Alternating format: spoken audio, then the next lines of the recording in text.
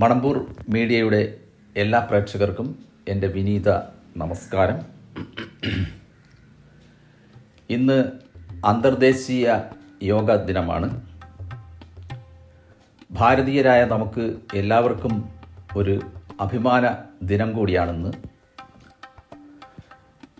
ജാതി മത വർണ്ണവർഗ ലിംഗ ദേശകാല ഭേദമന്യേ ലോകം യോഗയെ നെഞ്ചിലേറ്റിയിരിക്കുന്നു. ഭാരതീയരായ നമുക്ക് എക്കാലവും സ്മരിക്കാവുന്ന ഒരു അനുഭവമാണിത്. യോഗാഭ്യാസത്തെ സംബന്ധിച്ച് ഒരുപാട് തെറ്റിദ്ധാരണകൾ നിലവിലുണ്ട്. മുൻകാലങ്ങളിൽ യോഗാഭ്യാസം എന്ന് കേൾക്കുമ്പോൾ തന്നെ പലരും നെറ്റിച്ചുളിക്കുന്ന ഒരു സാഹചര്യം ഉണ്ടായിരുന്നു. ഇത് യോഗികൾക്ക് മാത്രമുള്ള എന്തോ ഒരു സംഗതിയാണെന്ന് ഒരു പരക്കെ തെറ്റിദ്ധാരണ ഉണ്ടായിരുന്നു. എന്നാൽ ആ തെറ്റിദ്ധാരണയെല്ലാം ഇപ്പോൾ മാറിയിരിക്കുകയാണ്. ലോകമെമ്പാടുമുള്ള ജനങ്ങൾ ഇതിലേക്ക് കടന്നു വരികയും യോഗയുടെ നേട്ടങ്ങൾ ശാരീരികവും മാനസികവും ആത്മീയവുമായിട്ടുള്ള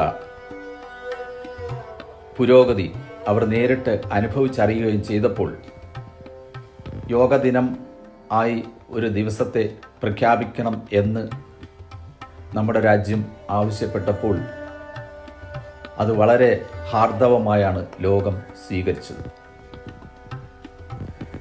എന്തായാലും വളരെ ചുരുങ്ങിയ സമയത്തിനുള്ളിൽ ഈ ഒരു സന്ദർഭത്തിൽ യോഗയുമായി ബന്ധപ്പെട്ട ചില കാര്യങ്ങൾ നിങ്ങളോട് പറയാനാണ് ഞാൻ ഉദ്ദേശിക്കുന്നത്. യോഗയെക്കുറിച്ചൊരു ചെറിയ വിവരണവും. നമ്മളെല്ലാം ഭൗതികന്മാരാണ്. നമ്മുടെ ദൈനംദിന ജീവിത സാഹചര്യങ്ങളുമായി ബന്ധപ്പെട്ട്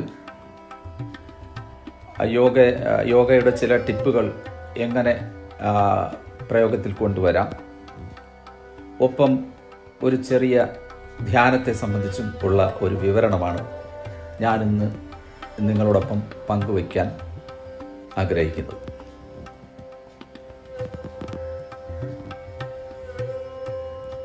യോഗ എന്ന ശബ്ദം അറിഞ്ഞുകൂടാത്തവരായി ലോകത്തിൽ തന്നെ ആരും ഇല്ലാതായിരിക്കുന്നു. അത്രയ്ക്കും പ്രചാരം സിദ്ധിച്ചിട്ടുള്ള ഒരു വാക്കാണ് യോഗ എന്ന് പറയുന്നത്. യോഗ എന്ന് പറഞ്ഞാൽ കൂടിച്ചേരുക അല്ലെങ്കിൽ യോജിപ്പിക്കുക എന്നാണ് അതിൻ്റെ അർത്ഥം. യുജ് എന്ന ധാതുവിൽ നിന്നാണ് ഈ വാക്ക് നിഷ്പന്നമായിരിക്കുന്നത്.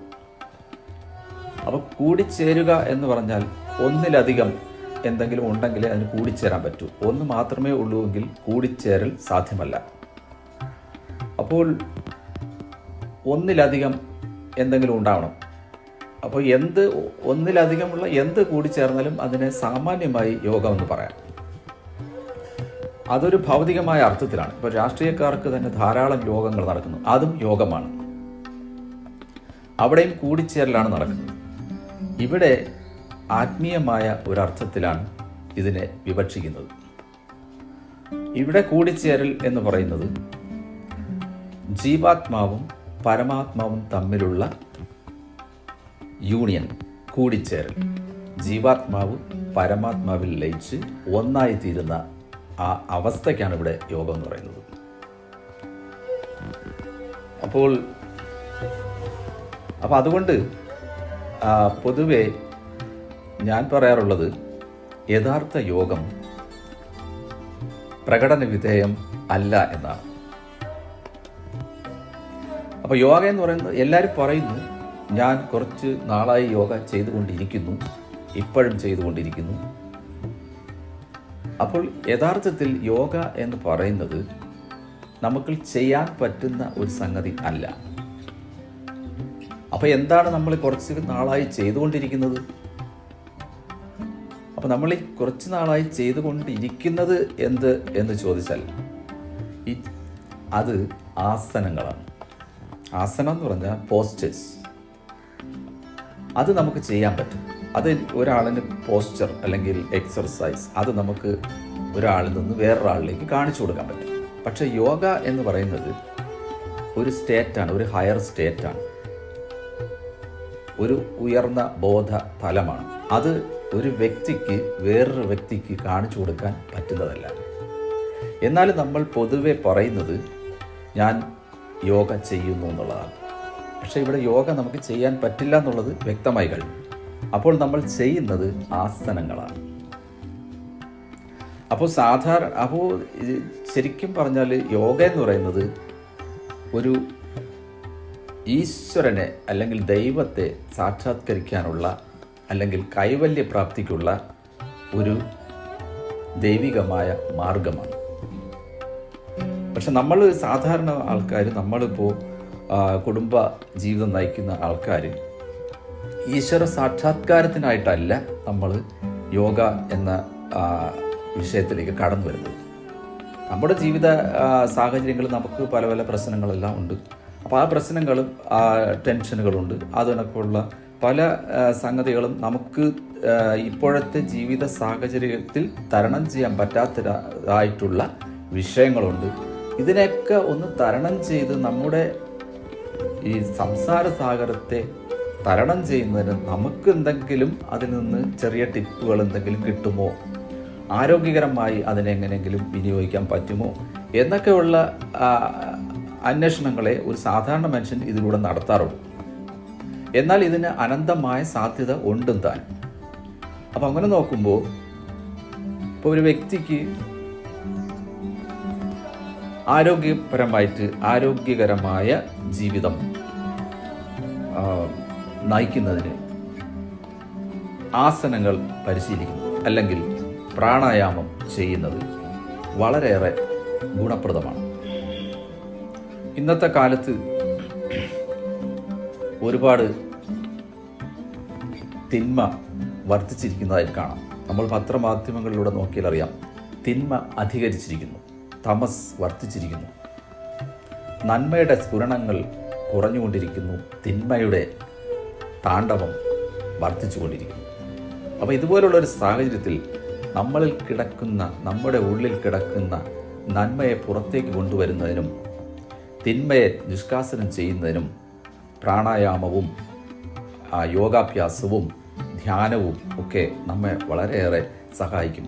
ഇതൊക്കെ പാശ്ചാത്യർ എത്രയോ കാലങ്ങൾക്ക് മുമ്പ് തന്നെ പഠിക്കാൻ തുടങ്ങി.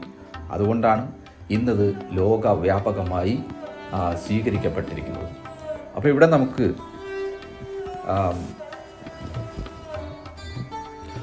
പ്രാണായാമം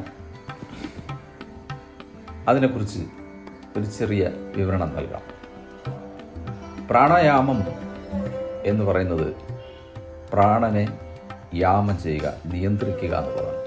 ഈ പ്രാണൻ എന്ന് പറയുന്നത് ശ്വാസോച്ഛ്വാസം അല്ല, ശ്വാസോച്ഛ്വാസം ചെയ്യുന്നതിന് കാരണമായിരിക്കുന്ന ശക്തി, ആ ശക്തിയാണ് പ്രാണൻ. അപ്പോൾ നമ്മളെ കാണുന്നതിന് കാരണമായിരിക്കുന്നത് എന്താണോ, നമ്മളെ വിഷയങ്ങൾ കാണിക്കുന്നത്, ആ കാഴ്ചയ്ക്ക് കാരണമായിരിക്കുന്നത് പ്രാണനാണ്. കേൾവിക്ക് പിന്നിലിരുന്നു കൊണ്ട് നമ്മെ കേൾപ്പിക്കുന്നത് പ്രാണനാണ്, നമ്മെ ചലിപ്പിക്കുന്നത് പ്രാണനാണ്. അപ്പോൾ നമ്മുടെ എല്ലാ പ്രവർത്തനങ്ങൾക്കും പിന്നിലിരുന്ന് പ്രേരക ശക്തിയായി വർത്തിക്കുന്നത് പ്രാണനാണ്.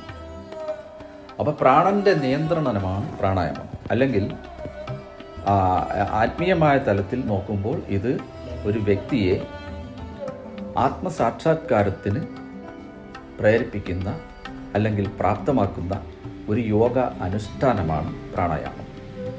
അപ്പോൾ ആദ്യം നമ്മൾ ആസനങ്ങൾ ചെയ്തതിന് ശേഷമാണ് പ്രാണായാമത്തിലേക്ക് വരുന്നത്. അതിൻ്റെ മുന്നോടിയായി നമുക്ക് വേണ്ടത് യമ നിയമ ആണ്. അപ്പോൾ അത് അഷ്ടാംഗ യോഗം എന്നാണ് പതഞ്ജല യോഗസൂത്രത്തിൽ അതിനെ വിശദീകരിക്കുന്നത്.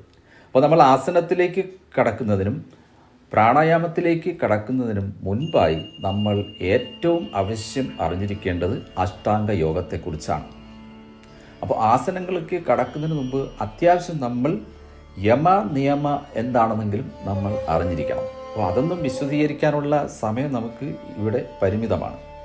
എന്നാൽ അത് അത് അറിഞ്ഞതിന് ശേഷം മാത്രമേ നമ്മൾ ആസനത്തിലേക്ക് പോകാവൂ. യമ നിയമ എന്താണെന്ന് അത് ഒരു ഡിസിപ്ലിനാണ്. അത് നമ്മൾ മുൻകൂട്ടി മനസ്സിലാക്കിക്കൊണ്ടേ നമ്മൾ ആസനം, നമ്മൾ ഏതൊരു സ്കൂളിൽ ഏതൊരു യോഗ അധ്യാപകൻ്റെ അടുത്ത് പോയാലും യമ നിയമ എന്താണെന്ന് അറിഞ്ഞിട്ട് നിങ്ങൾ ആസനത്തിലേക്കും പ്രാണായാമത്തിലേക്കും മറ്റ് കാര്യങ്ങളിലേക്കും കടക്കാവൂ.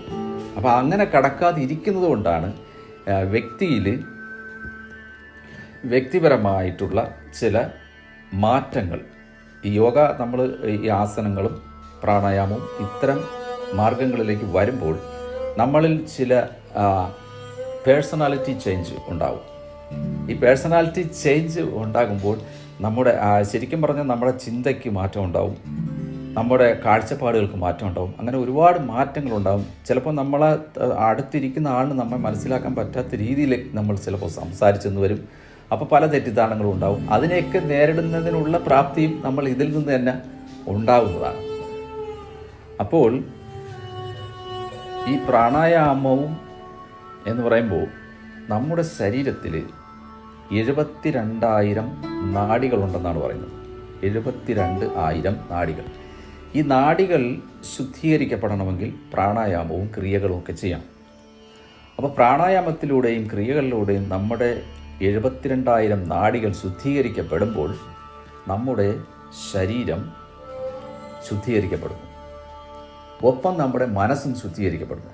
അപ്പോൾ മനസ്സും ശരീരവും ശുദ്ധീകരിക്കപ്പെടുമ്പോൾ നമുക്ക് പരിശുദ്ധമായ ഒരു മനസ്സുണ്ടാവും, ഒരു ശരീരവും ഉണ്ടാവും. ഈ പരിശുദ്ധമായ മനസ്സുണ്ടാകുമ്പോൾ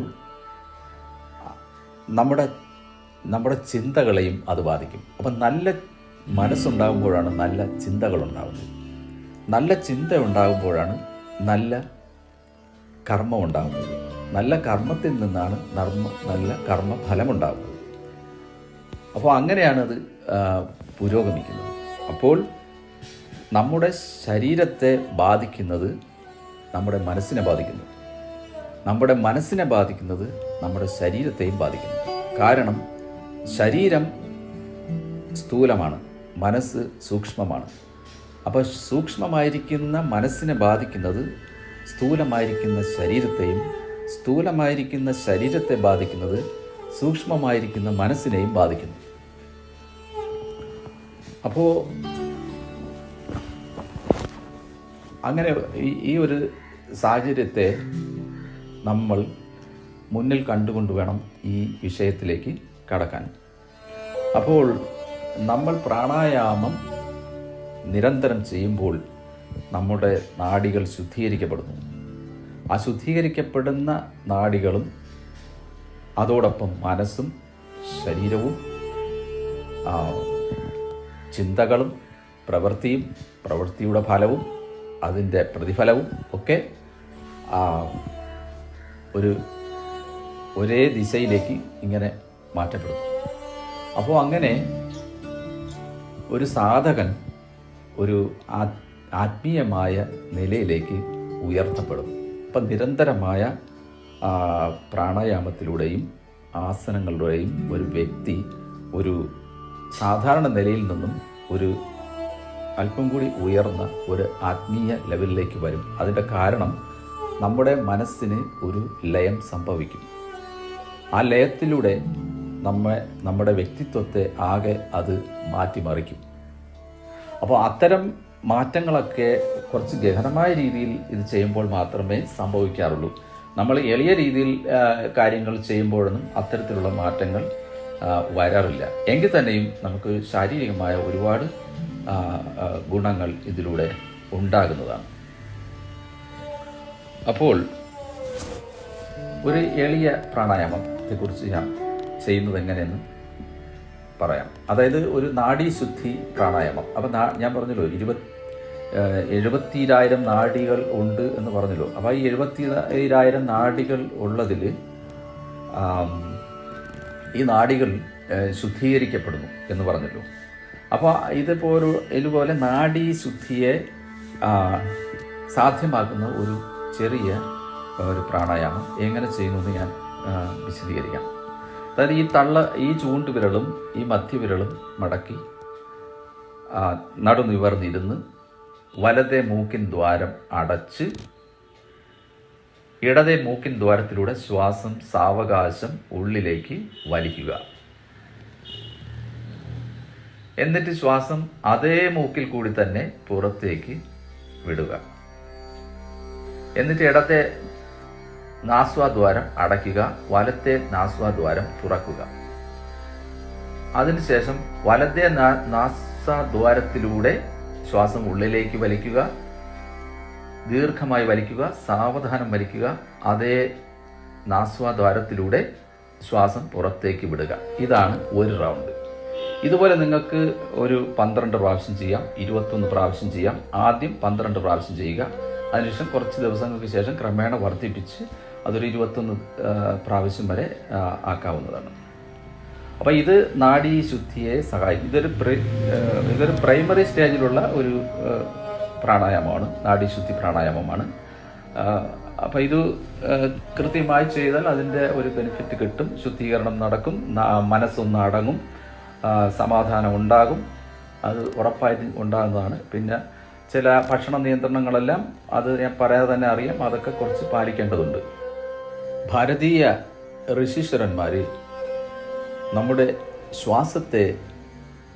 ശ്വാസോച്ഛ്വാസത്തെ നിരീക്ഷിച്ചതിൽ നിന്നും നമ്മുടെ ശ്വാസോച്ഛ്വാസവും നമ്മുടെ വികാരങ്ങളും തമ്മിൽ ബന്ധമുണ്ടെന്നാണ് മനസ്സിലാക്കിയത്. അപ്പോൾ നമ്മുടെ ശ്വാസോച്ഛ്വാസത്തെ നിയന്ത്രിക്കാൻ കഴിഞ്ഞാൽ നമ്മുടെ വികാരങ്ങളെ അല്ലെങ്കിൽ നമ്മുടെ മനസ്സിനെ നമുക്ക് നിയന്ത്രിക്കാൻ കഴിയും എന്നവർ കണ്ടെത്തി. ഇപ്പോൾ ഒരാൾ വലിയ ദേഷ്യത്തിലാണ്. അപ്പോൾ ദേഷ്യം എന്ന വികാരം ഒരാളിൽ ഉണ്ടാകുമ്പോൾ ആ ദേഷ്യം എന്ന വികാരത്തിനനുസൃതമായുള്ള ഒരു ശ്വാസഗതി ആ വ്യക്തിയിലുണ്ടാവും. ആ വ്യക്തിക്ക് ദേഷ്യം മാറി സന്തോഷം വന്നാൽ വീണ്ടും ആ ശ്വാസോച്ഛ്വാസഗതിയിൽ മാറ്റം വരും. അപ്പോൾ അതിൽ നിന്നും വീണ്ടും ഒരാൾ മറ്റൊരു വികാരത്തിലേക്ക് അല്ലെങ്കിൽ ഒരു റൊമാൻറ്റിക്കിലേക്ക് ഒരാൾ മാറിയെന്നിരിക്കട്ടെ, അയാളുടെ വികാരം റൊമാൻറ്റിക് ആണെന്നിരിക്കട്ടെ, അപ്പോഴും ഈ ശ്വാസഗതിയിൽ വീണ്ടും നേരിയ ഒരു മാറ്റം ഉണ്ടാകും. അപ്പോൾ വികാരങ്ങൾ ഏത് മാറിയാലും, അത് ദേഷ്യമായാലും സന്തോഷമായാലും ഭീഭത്സമായാലും ഏത് വികാരം മാറിയാലും നമ്മുടെ വികാരത്തിനനുസൃതമായി ഒരു ശ്വാസോച്ഛ്വാസ രീതി കൂടി നമ്മളിൽ ഉണ്ടായിരിക്കും. അപ്പോൾ ഈ ശ്വാസോച്ഛ്വാസത്തെ നിയന്ത്രിക്കാൻ കഴിഞ്ഞാൽ നമുക്ക് ദേഷ്യത്തെ അല്ലെങ്കിൽ നമ്മുടെ വികാരത്തെ നിയന്ത്രിക്കാൻ കഴിയും. അപ്പോൾ ദേഷ്യം വരുന്ന ഒരാളിന് ഒരു കാരണവശാലും ഒരു കാരണവശാലും ഇരിക്കാൻ കഴിയില്ല. അയാൾ എഴുന്നേറ്റ് നിൽക്കും. കാരണം അയാളുടെ ശ്വാസോച്ഛ്വാസഗതി ഇരിക്കാൻ പ്രാപ്തമായ രീതിയിലല്ല, അത് നടന്നുകൊണ്ടേയിരിക്കും. അപ്പോൾ ഏതൊരു വികാരത്തെ സംബന്ധിച്ച് നോക്കിയാലും അത് അങ്ങനെ തന്നെയാണ്. അപ്പോൾ നമ്മൾ ഒരാൾ വളരെ ദേഷ്യത്തിലാണ്, അല്ലെങ്കിൽ ഭർത്താവ് വരാൻ പോകുന്നു, അല്ലെങ്കിൽ ഭാര്യ വെളിയിൽ പോയിട്ട് വരാൻ പോകുന്നു, ഭർത്താവ് വലിയ ദേഷ്യത്തിലാണ്. അപ്പോൾ ദേഷ്യം എന്ന വികാരം വരുമ്പോൾ പലരും പല രീതിയിലാണ്. ചിലർ ആ ദേഷ്യം ഇങ്ങനെ ഉറക്കെ ഷൗട്ട് ചെയ്തൊക്കെ തീർക്കും. ചിലർ ചില സാധനങ്ങളൊക്കെ പറക്കിയിട്ട് ഉടയ്ക്കും. ചിലർ മറ്റേതെങ്കിലും രീതിയിലായിരിക്കും അത് പ്രകടിപ്പിക്കുക. അപ്പോൾ ചിലർ ടെലിവിഷൻ വരെ ഉടയ്ക്കുന്ന ആൾക്കാരുണ്ട്. അപ്പോൾ ഏത് രീതിയിലുള്ള വികാര പ്രകടനമായിരുന്നാലും നമുക്കൊരു വിഷമം അല്ലെങ്കിൽ എന്തെങ്കിലും ഒരു പ്രശ്നം ഉള്ളത് കൊണ്ടാണ് നമുക്ക് ദേഷ്യം വന്നത്. ആ ദേഷ്യത്തെ എങ്ങനെ കൈകാര്യം ചെയ്യുന്നത് മറ്റൊരു വിഷയം ഉണ്ടാക്കിക്കൊണ്ടാണ് സാധാരണഗതിയിൽ പലരും അതിനെ കൈകാര്യം ചെയ്യുന്നത്. അപ്പോൾ അതുകൊണ്ട് നമുക്ക് ഒരു പ്രശ്നം പരിഹരിക്കാതെ കിടക്കുകയും പുതിയൊരു പ്രശ്നം നമുക്ക് ഉണ്ടാവുകയും ചെയ്തിരിക്കുകയാണ്. അപ്പോൾ എങ്ങനെയാണ് ഇതുപോലുള്ള ഒരു സാഹചര്യത്തെ നമ്മൾ നേരിടുക? ഇപ്പോൾ ഒരാൾ പുറത്തു വരിക്കുന്നു, അവരോട് നമുക്ക് ദേഷ്യമുണ്ട്, വരുമ്പോൾ നമുക്ക് പൊട്ടിത്തെറിക്കണം. പൊട്ടിത്തെറിച്ചതുകൊണ്ട് എന്തെങ്കിലും ഫലമുണ്ടോ? ഒരു ഫലവുമില്ല. പ്രശ്നം പരിഹരിക്കാതെ അവിടെ കിടക്കുകയാണ്. അപ്പോൾ നമുക്ക് ചെയ്യാൻ പറ്റുന്ന ഈ വിഷയവുമായി ബന്ധപ്പെട്ട് നമുക്ക് ചെയ്യാൻ പറ്റുന്ന ഒരു ടിപ്പെന്ന് പറയുന്നത്, അതായത് ഒരാൾ പുറത്തു പോയി അവരോട് നമുക്ക് ദേഷ്യമുണ്ട്, അവർ വീട്ടിൽ അംഗമാണ്, അവർ വീട്ടിൽ വരുമ്പോഴത്തേക്കും നമ്മൾ എക്സ്പ്ലോഡ് ചെയ്യത്തക്ക രീതിയിലായിരിക്കുകയാണ്. നമുക്ക് അന്നേരം നമ്മുടെ ശ്വാസഗതിയിലേക്ക് ശ്രദ്ധിക്കുകയും നമ്മളതിനെ വിലയിരുത്തുകയും ഈ നിലയിലാണത് പ്രവർത്തിച്ചു കൊണ്ടിരിക്കുന്നതെന്ന് ബോധ്യപ്പെടുകയും ചെയ്തിട്ട് നമ്മൾ നമ്മുടെ വീടിന് ചുറ്റും ഒരു 7-8 പ്രാവശ്യം ഓടിയാൽ മതി. ഒരു 7-8 പ്രാവശ്യം നമ്മൾ വീടിന് ചുറ്റും ഓടിയാൽ നമ്മുടെ ശ്വാസഗതിയിൽ മാറ്റം വരും. അപ്പോൾ നമ്മുടെ വികാരം ചേഞ്ച് ചെയ്യും. പൊട്ടിത്തെറിക്കേണ്ട ആൾ സമാധാനത്തിൽ ആ വ്യക്തിയോട് സംസാരിക്കാൻ സന്നദ്ധമാകും. കാരണം നമ്മുടെ ശ്വാസഗതി മാറിയതുകൊണ്ടാണ്. അതല്ലെങ്കിൽ നമ്മൾ എന്തായാലും ദേഷ്യം വരുമ്പോൾ ഇരിക്കാൻ പറ്റില്ലെന്ന് ഞാൻ പറഞ്ഞല്ലോ, നിൽക്കുകയായിരിക്കും. നിന്നുകൊണ്ട് ഒരു 10-12 പ്രാവശ്യം ദീർഘമായ ശ്വാസോച്ഛ്വാസം ചെയ്യുക. ദീർഘശ്വാസോച്ഛ്വാസം ഒരു 10-12 പ്രാവശ്യം ചെയ്താലും ഇതേ ബെനിഫിറ്റ് തന്നെ ഉണ്ടാകുന്നതായിരിക്കും. അപ്പോൾ അത് ഇതിൻ്റെ ഒരു ബെനിഫിറ്റാണ്. അപ്പോൾ ഇത് ദീർഘമായിട്ട് ഒരുപാട് ഒരു ധ്യാനത്തെക്കുറിച്ചും ഒക്കെ പറയണം എന്ന് ആണ് വിചാരിച്ചത്. പക്ഷെ ഇത് വിഷയം നീണ്ടു പോകുന്നു. അതിനുള്ള സമയ പരിമിതി ഉണ്ട്. ഇനി മറ്റൊരവസരത്തിൽ നമുക്ക് അതിലേക്ക് വരാം. ധ്യാനത്തെ സംബന്ധിച്ചൊരു ചെറിയ മെത്തേഡ് അല്ലെങ്കിൽ ഒരു രീതി, എല്ലാവർക്കും പ്രാക്ടിക്കലാക്കാവുന്ന ഒരു ധ്യാന രീതിയുണ്ട്. അത് മറ്റൊരവസരത്തിൽ വിശദീകരിക്കാം. എന്നെ ശ്രവിച്ച മണമ്പൂർ മീഡിയയുടെ എല്ലാ ശ്രോതാക്കൾക്കും വിനീത നമസ്കാരം.